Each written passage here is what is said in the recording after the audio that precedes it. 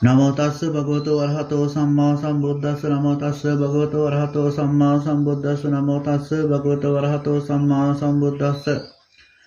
ශ්‍රද්ධාවන්ත පින්නතුනි, අද දවසේදී මා කියා දෙන්නට බලාපොරොත්තු වන්නේ පරස වචනයක් සිදු වෙන ආකාරය හා එයින් ලැබෙන විපාක, එයින් ලැබෙන ආනිසංස පිළිබඳව.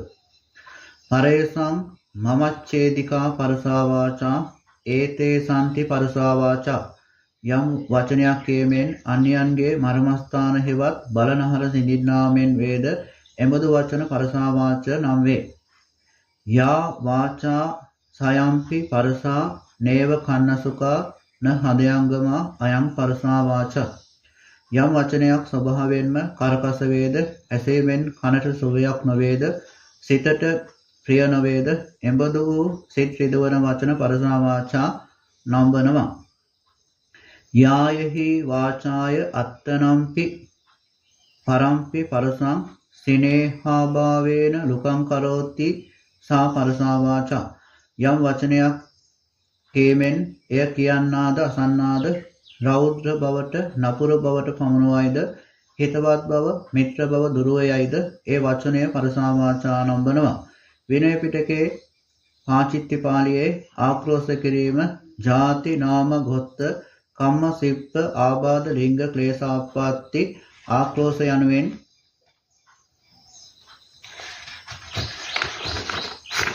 දස අයරකින් කළ හැකි බව සඳහන් වෙනවා.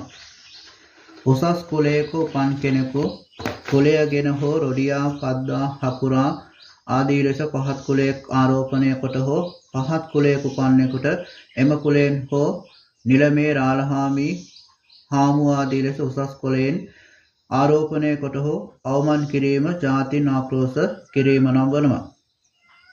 ජන සමාජයේහි උසස් කොට සලකන නම් ඇතියෙකුට එම නාමය ගෙන හෝ පහත්යයි සම්මත කරෝලිස් හරමානිස් ආදී නම් යොදා හෝ පහත්යයි සම්මත නම් ඇතියන්ට එම නාමයෙන් හෝ අවමන් පිණිස උසස් නමක් යොදා හෝ කතා කිරීම නාමයෙන් ආක්‍රෝෂ කිරීම නම් වනවා. ඒ කුලයන්ට අයත් පරම්පරාව නාම ගෝත්‍ර නම් වෙනවා. උසස් ගෝත්‍රයක කෙනෙකුට එම ගෝත්‍රයන් හෝ පහත් ගෝත්‍ර නාමයකින් අවමන් කිරීම පහත් ගෝත්‍රයක කෙනෙකුට එම ගෝත්‍රයෙන් හෝ උසස් ගෝත්‍ර නාමයකින් අවමන් කිරීමද ගෝත්‍රයෙන් ආක්‍රෝෂ කිරීම නම් වනවා. ඒ ජනපදයෙහි උසස් කොට සලකන ගොවිතැන් වාණිජ්‍යාදී කර්මාන්ත කරන්නෙකුට හෝ වැදි කෙවුල් ආදී පහත් ක්‍රියා කරන්නෙකුට අවමන් කිරීම පහත් කර්මාන්තයක් කරන්නෙකුට එයින් හෝ ගොවිකම් ආදී උසස් ක්‍රියාවක් අවමන් කිරීම කර්මයෙන් ආක්‍රෝෂ කිරීම නම් වෙනවා. මිනිස්යෝ ජීවත් වන ඒ ප්‍රදේශයන්හි ඇති ස්වභාවික සම්පත් ආදී උපයෝගී කරගෙන ජීවනෝපාය වශයෙන් කරන්නා වූ ශිල්පයෝ වෙති. ඒ අතර උසස්යි සම්මත ශිල්පයකින් ජීවත් වන්නෙකුට එයින්ම හෝ පහත්යයි සම්මත කුඹල්නාදී ශිල්පයකින් අවමන් කිරීම පහත්යයි සම්මත ශිල්ප ඇත්තෙකුට එයින් හෝ ලේඛකාදී උසස් ශිල්පයකින් අවමන් කිරීම ශිල්පෙන් ආක්‍රෝෂ කිරීමයි. මදුමේහ, ක්ෂයරෝගය, හොරි කබර, ලාදුරු, පරංගි ආදී ආබාධ නම් එසේ වූ ආබාධ ඇතෙකුට එයින් හෝ වෙනත් ආබාධයකින් හෝ අවමන් කිරීම නිරෝගී අයෙකුට එවැනි ආබාධ නාම යොදා නිග්‍රහ කිරීම පිණිස කතා කිරීමද ආබාධයෙන් ආක්‍රෝෂ කිරීම නම් වනවා. කර්ම, චිත්ත, ඍතු, ආහාර ආදී වශයෙන් විෂමතාවයන් අනුව ඒ පුද්ගලයාට ඔස්මිටිකම්, හැඩරුවකම්, ශරීරයේ වර්ණයන් සකස් වී ඇති ඒවා මුල් කොට දිහා මිට්ටා, සුද්ධා, රත්තා, කළු ආදී ලෙස අවමන් පිණිස කීම ලිංගයෙන් ආක්‍රෝෂ කිරීම නම් වනවා. කර්ම, චිත්තාදී හේතුවෙන් පිහිටි ගති ස්වභාවයන් යම් යම් පුද්ගලයන්ට ඇත. ඒවා මුල් කොට පෙරේතයා, මසුරා, ලෝභයා, තිරිසනා, යකා ආදී ලෙස අවමන් පිණිස කීම ක්ලේශයෙන් ආක්‍රෝෂ කිරීම නම් වෙනවා. කලහෝ නොකල වරදකින් අවමන් කිරීම ආපාත්‍යයෙන් ආක්‍රෝෂ කිරීම නම් වෙනවා. ඇතැන් අන්‍යයන්ට අපහාස කිරීම පිණිස ගුණා, බූරුවා, බල්ලා, එළුවා, අශ්වයා, තිරිසනා, බේබද්දා, සල්ලාලයා, නාටාම්බිය ආදී ලෙස විවිධ නම් හා වචන යොදා ගනිති. එලෙස සිත් රිදවන වචන කීම ආක්‍රෝෂයෙන් ආක්‍රෝෂ කිරීම නම් වනවා. අංග 3ක් සම්පූර්ණ වීමෙන් පරස වචනය කර්මපතයක් සිදු වෙනවා. ආක්‍රෝෂ කළ යුතු කෙනෙකු සිටීම, ක්‍රෝධ සිත් ඇතිවීම, අනුන්ගේ සිත් රිදවන වචන කීම. පරුෂ වචන කීම ක්‍රෝධයෙන් මැඩුණු දූෂිත වූ සිත් ඇතිව කීමෙන් සිදු වෙනවා. එයින් තොරව සිදු නොවේ. ඒ පිළිබඳ දීඝනිකායේ අට කතාවේ දැක්වෙන කතා ප්‍රවෘත්තිය මෙසේය. එක් අකීකරු දරුවෙකු මව වළක්වද්දී මවට අකීකරුව වනයට යෑමට පිටත් වූයේ දරුවාගේ ගමන වැළැක්වීමට නොහැකි වූ මව වනයේදී කුළු මීදෙන තාපස්යෙන් එළවයි යයි කියා දරුවාට ආක්‍රෝෂ කළාය. එදා වනයේදී ඒ දරුවාට අනින්නට කුළු මීදෙන පසුපස දිවා ආවාය. එකල්හි ඒ දරුවා තම මවගේ කීම සිහි වී මාගේ මව යමක් කීවාද එය නොවේවා, මව යමක් සිතුවාද එය මට සිදු වේවායි සත්‍යක්‍රියා කළේය. එකෙනෙහිම කුළු දෙන නැවතුණාය. මෙයින් පැහැදිලි වන්නේ මව ඒ වචනය කීමෙන් ක්‍රෝධයෙන් නොව දරුවා කෙරෙහි මෛත්‍රියනි. එබඳු ක්‍රෝධයෙන් තොරව කියන වචනයෙන් පරුෂ වචන නොවන බව දැනගත යුතු වේ. පරුෂ වාචාවෙහි අල්ප සාවද්‍ය මහා සාවද්‍ය භාවය.